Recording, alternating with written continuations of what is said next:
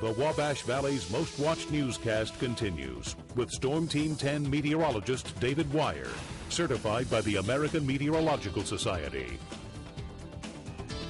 Good morning, everybody. 20 minutes before the top of the hour, here is a live look here from downtown Terre Haute, just in front of our television studios. And again, a coating of ice all over everything. We had some sleet. We had ice with freezing rain, of course. And again, travel still very, very difficult and basically not recommended unless you have to or it is an emergency situation. Again, you can see the winds just taking this camera and almost lifting it up. And it is very, very windy outside. And again, this is basically our forecast today. Some blowing snow is going to pick up and move through today. I don't foresee accumulations more than an inch out there, but we are going to have to deal with some areas of some blowing snow. Temperatures here about 23 degrees or so this morning are going to drop into the teens, and that's the big story. The winds and the temperatures getting much, much colder. Now, the winds, I don't want to brush over that too quickly because the winds are going to do a lot and potentially could do a lot of damage because of the tree limbs that are holding all this weight as far as ice.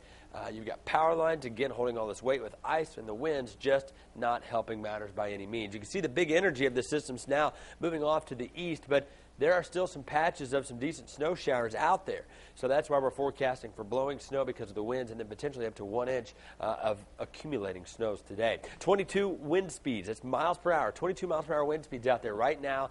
Not so bad in Paris and in Linton, but it just varies. It'll go from a calm wind right up to a 20-mile-an-hour wind in a heartbeat. You saw Linton just update there at 13.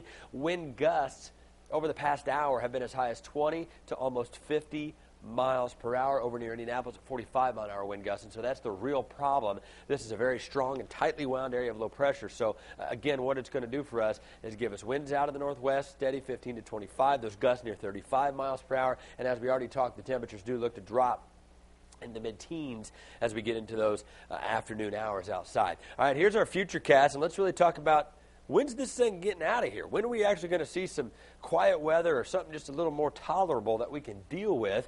Well, you see these gray lines in here, these light gray lines. These are your isobars. And when these babies are packed in here, your winds are faster. That's a tight gradient, we call that. So from 8 o'clock this morning all the way through this afternoon, we keep this tight gradient. We keep these isobars close, and we keep your winds, even as late as 4 o'clock this afternoon, still gusting 25 to 35 miles per hour. So it stays windy all day. Of course, they're coming out of the north, and that's why your temperatures drop from 20-something now to about 14 this afternoon.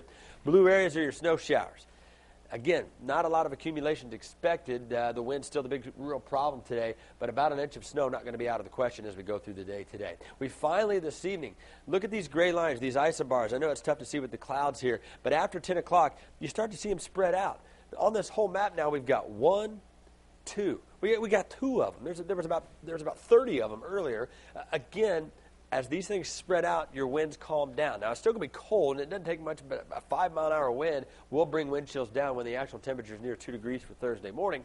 But as far as the wind gusts at 30 and 40, the danger from ice falling and tree limbs coming down and power lines and things like that, that will let up as we get into the day tomorrow. How about this?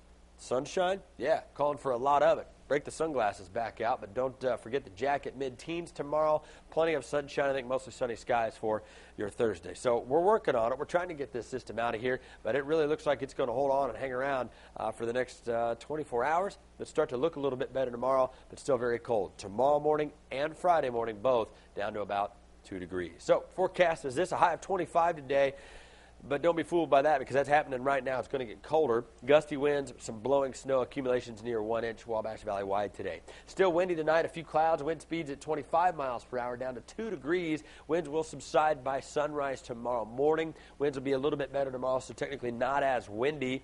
5 or 10 mile an hour wind, but even with some sunshine, 16 degrees is going to feel more like 5 or 10 degrees at best again through the day tomorrow. There's a look at your 7-day forecast. It does stay quiet up until at least Saturday. We do now that we've got this big winter storm, I don't want to say behind us, but now that we're closer to the tail end of it, we can really focus on what's ahead.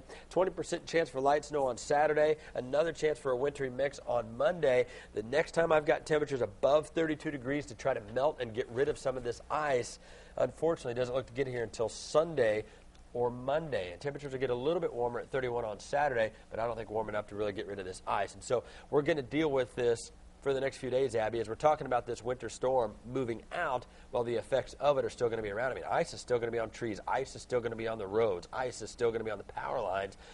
Power companies have got a lot of work ahead of them. So. And speaking of power companies, I just checked again. I'm doing the two-computer thing, monitoring Facebook and power outages and road conditions and such. I just checked the Duke Energy website. In Vigo County, there is more than 15,000 people in Vigo County without power. And as you were saying, you know, as the storm goes on and the weight of the ice on the trees, that's what's making it difficult. And even if they repair something, it's falling down somewhere else. Exactly. And so it's going to be an uphill battle for them. The domino effect of continuing to see power outages. I don't think we're done seeing power outages just because the freezing rain and the sleet's over with, essentially. The winds are picking up today, and I think we're actually even going to see more as a result of the wind today versus just the ice falling from yesterday. So we're going to get through this together as a community, and we'll keep you posted on anything you need to know. So if you've got questions, find us on email, find us on Facebook, and we'll do our best to answer them for you. And again, very important information. Basically, what you need to do for most of the counties in our viewing area, just stay put. Just stay where you are today. It's just too dangerous to be outside. Yeah, absolutely. Basically, emergency personnel only, especially on those county roads. Just be careful, and if you do have to be out and about for an emergency or whatever occasion you determine to be that, be careful, take your time, be smart. Exactly. Thank you, Dave. Well, the worst of our winter storm may be over, but the storm's effects are still being felt all across the Wabash Valley. News 10's Amanda Jarrett joins us live from the newsroom with some very important information.